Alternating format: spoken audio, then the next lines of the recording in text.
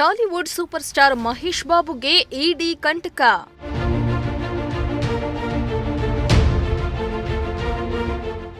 ಅಕ್ರಮ ಹಣ ವರ್ಗಾವಣೆ ವಿಚಾರದಲ್ಲಿ ಮಹೇಶ್ ಬಾಬುಗೆ summons.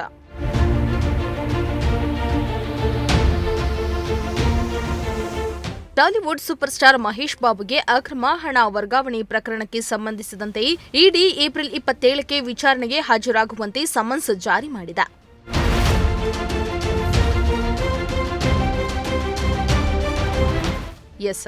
Tollywood handsome and super star ಈಗ ಇಡಿ ಸಂಕಷ್ಟ ಎದುರಿಸಬೇಕಾಗಿದೆ.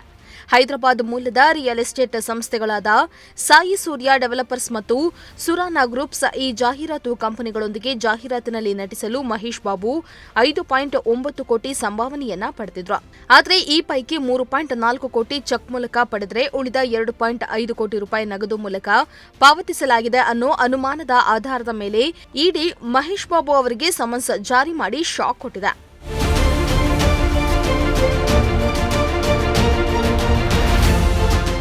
ಇನ್ನು ಯಾವುದೇ ಒಬ್ಬ ವ್ಯಕ್ತಿ ಒಂದು ವಹಿವಾಟಿಗೆ ಇಲ್ಲವೇ ಒಂದು ಕಾರ್ಯಕ್ರಮಕ್ಕೆ ಸಂಬಂಧಪಟ್ಟ ವ್ಯಕ್ತಿಯಿಂದ ದಿನದಲ್ಲಿ 2 ಲಕ್ಷಕ್ಕಿಂತ ಹೆಚ್ಚಿನ ಹಣವನ್ನ ಪಡೆಯಬಾರದು ಅನ್ನೋ ಕಾನೂನಿದೆ. ಆದರೆ ಮಹೇಶ್ ಬಾಬು ಅವರು ಈ ಕಾನೂನನ್ನ ಉಲ್ಲಂಘಿಸಿದ್ದಾರೆ ಎಂದು ಇಡಿ ಸಮನ್ಸ್ ಜಾರಿ ಮಾಡಿದೆ. ಇದೇ 27ಕ್ಕೆ ಇಡಿ ವಿಚಾರಣೆಗೆ ಹಾಜರಾಗುವಂತೆ ಸೂಚಿಸಿದೆ.